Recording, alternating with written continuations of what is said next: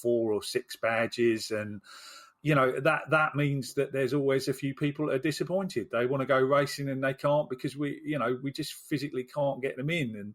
And obviously those lovely mornings where you can take sort of 8 or 10 people to the gallops and have a real sort of social, those all had to be put on hold. I managed to get a few of my shareholders up to the stables in sort of individual, groups of 2 and groups of 3 and things like that. But it's not the same. And I think the quicker we can get back to a bit more of a normal, the better. But, we have to make the best of it. I'm not a negative person. I'm all in favour of accentuating the positives. And, racing did very well. We did get owners back, and a lot of people didn't manage that in other sports, so we have had the opportunity at least. It brought me a wry smile because I think when racing came back as an elite sport, I think it was racing and snooker, weren't they? They were the first 2 sports back, apparently. Yeah. And I think, racing is what the second biggest spectator sport. No guesses, prizes for the first one. It's obviously football. But I think it's very easy, isn't it, to criticise. But I think particularly the BHA, people don't know, the British Horse Racing Authority who run racing, did a great job, and all the stakeholders, in getting together and impressing upon the government. Don't want to get too heavy about this, but I think it's important to mention they did a really good job in getting racing back. And I think you, myself, people on the RSA, Racehorse Syndicate Association, were all a bit worried recently with the lockdown. Would racing stop? Yeah. And it was a great sigh of relief that actually we could keep at least going behind closed doors. And as you say, at the moment, it is tough, but still a couple of owners can go. But the main thing for me is racing is still on the road. Yeah, and you have to roll with it, don't you? I mean, we've seen, over the summer quite a lot on ITV where, the presenters on ITV have gone over to an owner, and some of those owners have been syndicates, and they've had several people together on a Zoom call. I know that I've done that with some of my shareholders. So we can't go racing, but we can all get together and watch the race together. And we had a runner last week when obviously we're sort of back. Like you said, we're behind closed doors and 2 owners only able to go. And I must admit, I took the view that it was a long way away and the travel wasn't really justifiable just for a short period on the racecourse to watch the horse run live. So, I offered everybody the opportunity to get together on a Zoom call so we could all watch the race together and still feel part of that community in the same way that we would have done if we'd have been on the track. So, there's other ways of doing it, but yeah, undoubtedly we'd all like to get ourselves back on the racecourse, wouldn't we? Back in the paddock and chatting away to the jockey pre-race and all of that kind of stuff. I tell you what it has. You touched upon the number of syndicates sort of being interviewed. I think ITV have done a great job.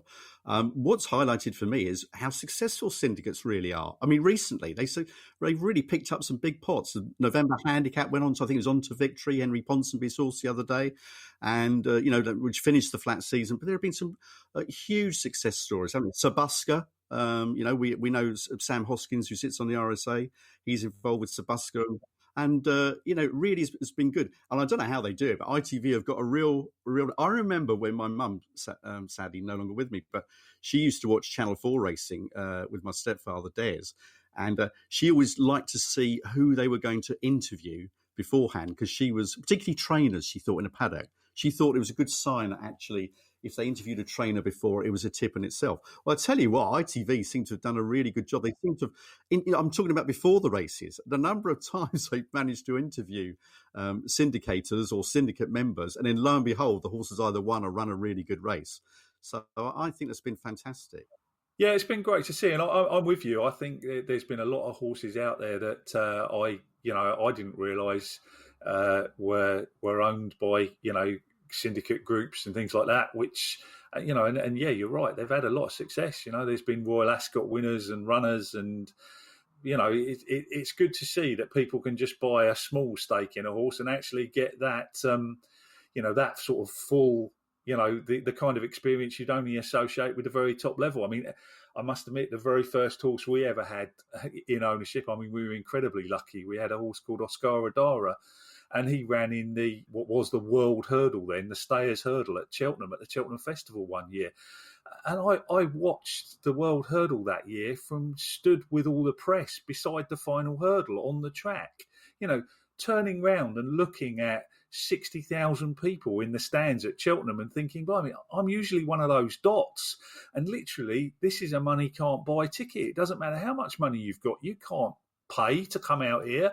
And I had a couple of shareholders with me that owned 2% of the horse. Well, imagine what it's like. And we're seeing that on the TV. I mean, I know with particularly you mentioned Sabuska, Sam and his group have had fantastic success this year. They started off in handicaps and they've ended up in running in group races, really a seat at the top table, which does just show that it can be done even by, the small guy can have his day, that's for sure.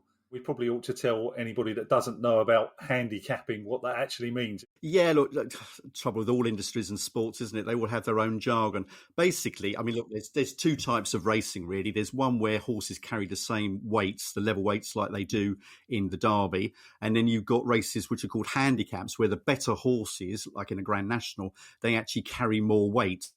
And the idea is you have these people called handicappers, and when horses run, they give the horse a new rating. So if it goes and wins a race, then it gets a higher rating. And so basically the idea of a handicap is that actually the horses in theory should all cross the line at the same time. So actually the better horses are carrying more weight, which slows them down. So that's the idea. That's basically the idea of a handicap. We've covered quite a bit of ground today in our first podcast. Should just say that in future, the plan is to get a jockey on board, a trainer, a racing journalist, maybe somebody from the RSA, possibly Dan Abraham. I'm sure we can twist his arm, can't we, Phil, to come on and talk a little bit more about syndication and ownership. I think really you would like to say a few words really about encouraging people perhaps to subscribe to Inside the Rails. So a few last words from you, Phil. This is me showing that I listen to more podcasts than you and I know all the lingo. Is that's the way? Well, I have to confess to being a bit of a podcast virgin. Yeah. So yeah, as I keep trying to educate you, we need people to subscribe, because then if they're subscribed to our podcast, they'll find out when the next episodes are coming round, and they can really help us out by giving us a review on their chosen podcast platform or a nice rating to say that they've enjoyed listening to us, because that'll help us to grow our listenership. And the more listeners we have, the more chance there is that we can build this podcast up and get some more interesting people than just you and me to appear every month. Oh, don't do yourself down, Phil. But no, I take your point. We'll definitely get some guests on. Well, listen, thanks very much, Phil. I'm looking forward to the next one. Just really like to thank our producer, Callum Ronan. Big thanks to the RSA for supporting this podcast. And we look forward to everybody listening to us again next month. Thanks very much.